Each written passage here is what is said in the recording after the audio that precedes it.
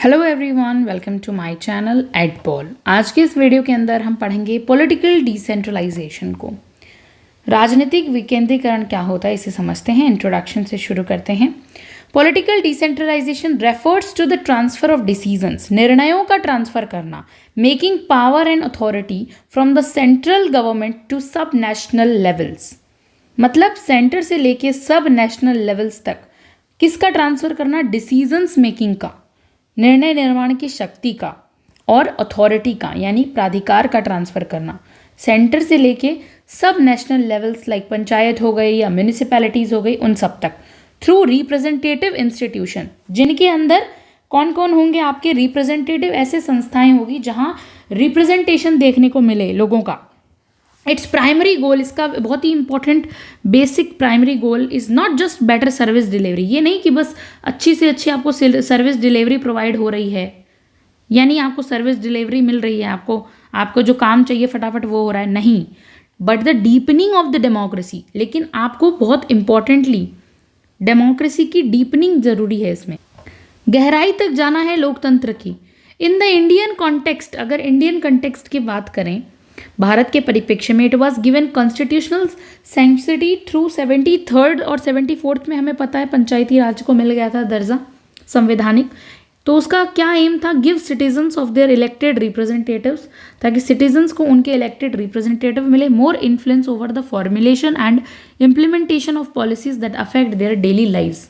और ये ज़रूरी था ताकि उन लोगों को डेली लाइव्स में उन लोगों को जो है अपना प्रेजेंटेशन, इम्प्लीमेंटेशन, पॉलिसी को कैसे लागू करना है, उनकी डेली लाइफ्स इससे प्रभावित हों। Okay, core pillars of political decentralisation के कोर पिलर्स क्या क्या हैं? For political decentralisation to be authentic होना बहुत ज़रूरी है, ये वेरी इंपॉर्टेंट, एकदम स्पष्ट ऑथेंटिक होना चाहिए। इट मस्ट सेटिस्फाई 4 की conditions often refer to the devolution of authority. जब भी हम अथॉरिटी की डिवोल्यूशन की बात करते हैं, उसको बांटने की बात करते हैं, यानी कि नीचे के स्तरों पर देने की, तब ये इंपॉर्टेंट 4 की पॉइंट्स हमें याद रखने हैं, ध्यान रखने हैं। रेगुलर एंड पीरियोडिक इलेक्शंस होने जरूरी है। पॉलिटिक्स जहां आ जाती है वहां इलेक्शन की बात होगी ही होगी, है ना। तो भाई कहा है कि रेगुलर, हर बार, डेली, पीरियोडिक इलेक्शन, जो टर्म आपका है पीरियोडिक इलेक्शन का, वो होने चाहिए 5 साल में।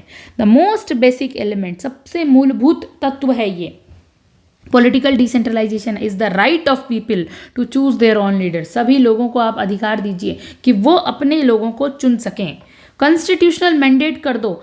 आर्टिकल 243E कहता है panchayat have a fix tenure of 5 year, 5 साल का पंचायत का टेन्योर होगा।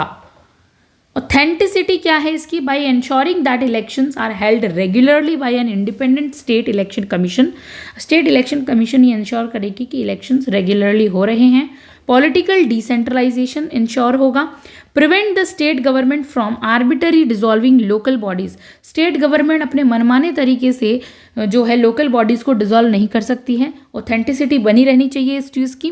टाइम पे इलेक्शन होंगे, right, very important. State election commission ये चीज़ देखेगा। फिर आता है reservation and inclusivity. Political presence होना जो है ज़रूरी है। अ यूनिक फीचर है पॉलिटिकल डिसेंट्रलाइजेशन इन इंडिया के अंदर जो फोकस करता है। आर्टिकल 243D के अंदर रिजर्वेशन की बात की गई है। Marginalised section ST and SCs and women have a reserved seat at the table of power, यानी कि वुमेन को टेबल के ऊपर पावर दी जानी चाहिए, वुमेन को रिजर्व्ड सीट मिलनी चाहिए।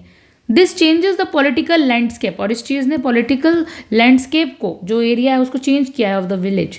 It moves power away from traditional elites to the historically oppressed, making political decentralisation a tool for social revolution. जो पहले से चले आ रहे एलिट्स थे उन्होंने बहुत ऑप्रेस्ड किया था, लेकिन इसके बाद अब जो है बहुत फ़ायदा मिला एक टूल के, तो सोशल रिवोल्यूशन, क्रांति आई है सामाजिक। ऑटोनॉमी इन डिसीजन मेकिंग, लोग अपने खुद के डिसीजन ले सकें, ऐसी ऑटोनॉमी उन्हें दी जानी चाहिए। पॉलिटिकल डिसेंट्रलाइजेशन इज हॉलो, खोखला है। अगर elected leaders have no power, जो चुन के गए लोग हैं उनके पास पावर ही नहीं है, शक्ति नहीं है, तो खोखला है ना, फिर क्या मतलब हुआ पॉलिटिकल डिसेंट्रलाइजेशन का। इट रिक्वायर्स दैट, इसको ज़रूरत है, local bodies have the authority, local bodies के पास ये अथॉरिटी होनी चाहिए टू प्रिपेयर प्लान्स, ताकि वो अपने प्लान बना सके for economic development, and social justice के लिए, सामाजिक न्याय कर सके। आर्टिकल 243G के अंदर पावर्स की बात की गई है। This means the local panchayat should decide, जो वहाँ की लोकल पंचायत है वो इस चीज़ को डिसाइड करेगी where to build a road, कहाँ स्कूल बनानी है, कहाँ क्या बनाना है, rather than simplify following the order of the state capital. सिर्फ स्टेट से पैसा आ रहा है, उस चीज़ को आपने सही से कर दिया, नहीं, सब चीज़ डिसाइड करेगी पंचायत, कहाँ वो कुछ करेगी, डिसाइड करना। Okay, very important, decision making उनके पास होनी चाहिए, लोकल बॉडीज़ के पास। द ग्राम सभा डायरेक्ट डेमोक्रेसी का एग्जाम्पल है, आमने सामने लोग बैठ के बात करते हैं। Political decentralisation reaches its peaks, अपने एकदम पूरा बढ़िया से एकदम टॉप पे कब पहुंचेगा, ग्राम सभा पीक पर होगी। While India follows representative democracy, हमारे यहाँ तो कौन सी डेमोक्रेसी है, रिप्रेजेंटेटिव डेमोक्रेसी, प्रतिनिधित्व वाली। ये वाली डायरेक्ट डेमोक्रेसी कहाँ पर है, ये है स्विट्ज़रलैंड में, बहुत अच्छी है। ओके, क्योंकि पॉपुलेशन कम होती है वहाँ ये बेस्ट तरीके से, हमारे यहाँ तो पॉपुलेशन बहुत ज़्यादा है, तो हमारे यहाँ चलती है representative democracy at the national level, state levels. The gram sabha लेकिन जो है इंट्रोड्यूस पार्टिसिपेटरी डेमोक्रेसी, जहाँ लोग आपस में जनरल विल के थ्रू बात करते हैं कि कहाँ क्या होगा, कैसे होगा। हेयर एवरी वोटर, जितना भी लोग वोट देने वाले हैं ग्राम सभा में वो सब होते हैं मेंबर इसके। इट इज़ अ पार्टिसिपेंट, इसमें पार्टिसिपेट करते हैं इन द पॉलिटिकल प्रोसेस, राजनीतिक प्रक्रिया के अंदर। अलाउइंग डायरेक्ट अकाउंटेबिलिटी, और ये अपने डायरेक्ट जवाबदेही जो है उसको सिक्योर करते हैं, सुनिश्चित करते हैं। ऑफ द इलेक्टेड सरपंच के प्रति जो है डायरेक्ट अकाउंटेबल इनको रहना पड़ता है। Okay, vertical balance of power क्या होता है, it acts as a check and balance against the over centralisation. Vertical balance of power, इसका मतलब ये चेक करता है, चेक और बैलेंस बनाए रखता है किसके अगेंस्ट, ओवर सेंट्रलाइजेशन की, ज़्यादा ही केंद्रीकरण नहीं हो, सारी शक्तियाँ जाके एक इंसान के अंदर नहीं समाहित होनी चाहिए। ये इस चीज़ के ऊपर बहुत इंपॉर्टेंटली जो है चेक रखता है, बैलेंस रखता है। Of the state and central government, दोनों पर ही, स्टेट हो चाहे सेंटर, स्टेट और सेंटर के पास सारी शक्तियाँ जमा नहीं होनी चाहिए, कहने का मतलब ये है।